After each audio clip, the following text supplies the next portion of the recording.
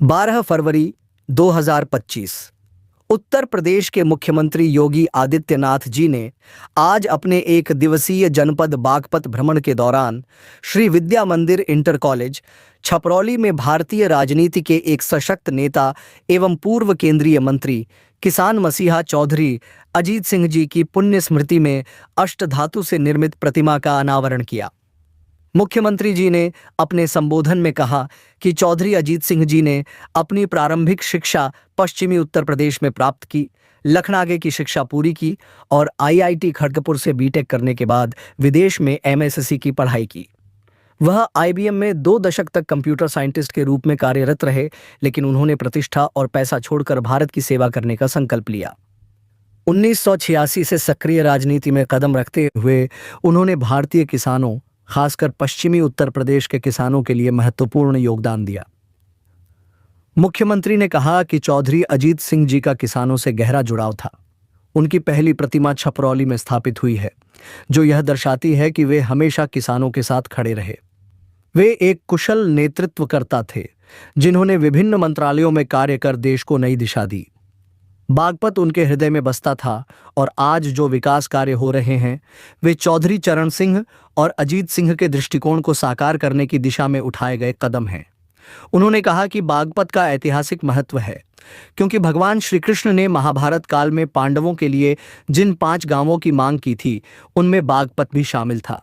आने वाली पीढ़ियां उन बातों को सजो के रखें और उनको अपने जीवन में व्यक्तिगत तौर से अपनाएं। ये मेरे लिए बहुत भावुक पल है। यही छपरौली पे जब चौधरी अजीत सिंह जी का निधन हुआ था, तो आप ही लोगों ने, मेरे समाज के बड़ों ने मुझ पे पगड़ी बनाई थी और जिम्मेदारी मेरे कंधों पे सौंपी थी। और आज आप सबके आशीर्वाद और प्रयास से चौधरी अजीत सिंह जी की स्मृति में पहला इस प्रकार का अनोखा निर्माण हो पा रहा है।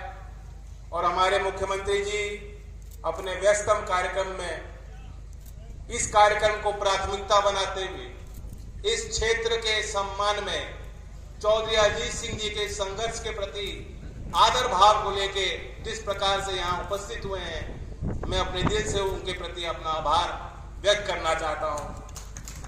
डॉक्टर राजकुमार सांगवान जी सांसद हैं, आपने बनाए हैं, और अच्छा लगता है जब जनप्रतिनिधि के ऊपर जनता का भारी दबाव हो। ये दबाव वो भी महसूस कर रहे हैं और मैं चाहूंगा कि रोज करते रहें। इस दबाव के कारण जब उनके मुख्यमंत्री उनके पास आते हैं तो लंबा चिट्ठा वो सुना देते हैं, लेकिन आज इस मंच से हम कुछ मांगने नहीं है। ये मंच मांगने के लिए नहीं है। चौधरी अजीत सिंह जी की जयंती है, हम उनको उनके उस जीवन को याद करें, श्रद्धांजलि दें।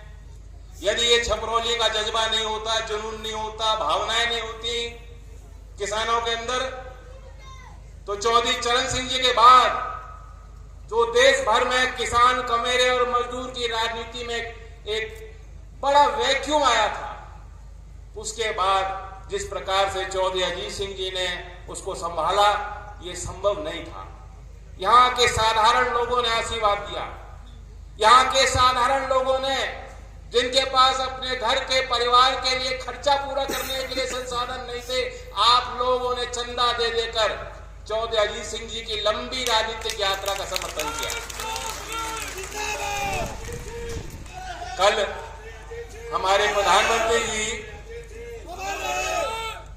फ्रांस में आर्टिफिशियल इंटेलिजेंस पे कह रहे थे कि आर्टिफिशियल इंटेलिजेंस इस सदी में मानव जाति के लिए एक नया कोड लिखने वाला है। मैं मानता हूं उसी तरह चौधरी अजीत सिंह जी आईआईटीएन खड़गपुर में, फिर अमेरिका में जाके इलिनॉइस इंस्टीट्यूट ऑफ टेक्नोलॉजी से उन्होंने एमएससी करी, कंप्यूटर साइंटिस्ट बने।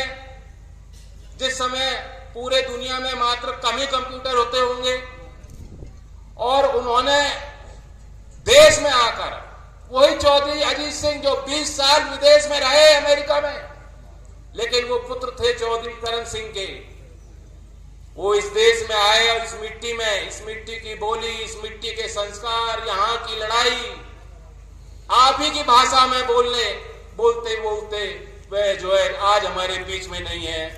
मैं उनको हर पल याद करता हूं।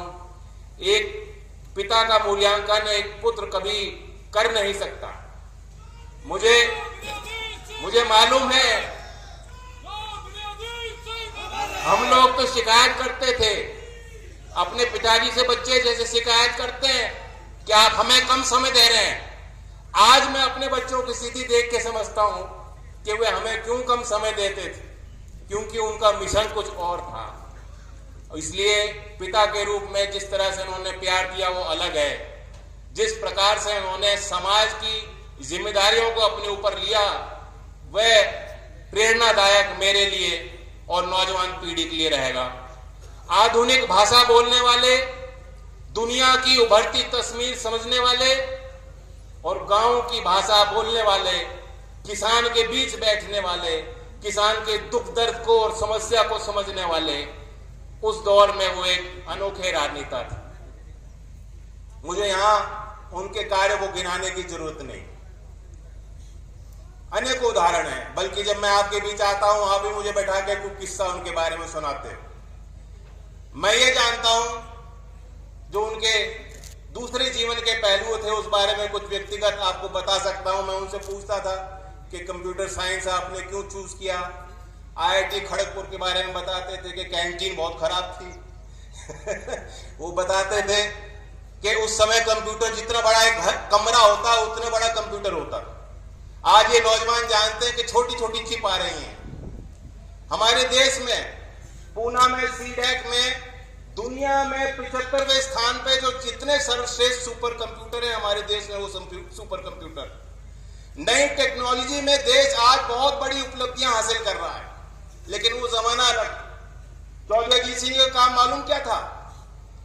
जब वो कंप्यूटर साइंटिस्ट थे उनका काम था, वो एक पर्ची डलती थी मशीन में, उसमें छेद होते थे, उस कोड के हिसाब से जो कंप्यूटर कंप्यूटिंग करता था। वो आईबीएम में कार्यरत थे और आईबीएम में उनकी जिम्मेदारी थी एज कंप्यूटर साइंटिस्ट उस कोड को देखना, परखना, पहचानना। अगर कोड में कमी होती थी तो वो विशेषज्ञ के तौर पे बुलाए जाते थे, भेजे जाते थे कि कोड में देखो कहां सुधार करना है। लाइन बाय लाइन देख के वो चिन्हित करते थे, यहां गड़बड़ी है उसमें, फिर ठीक करते।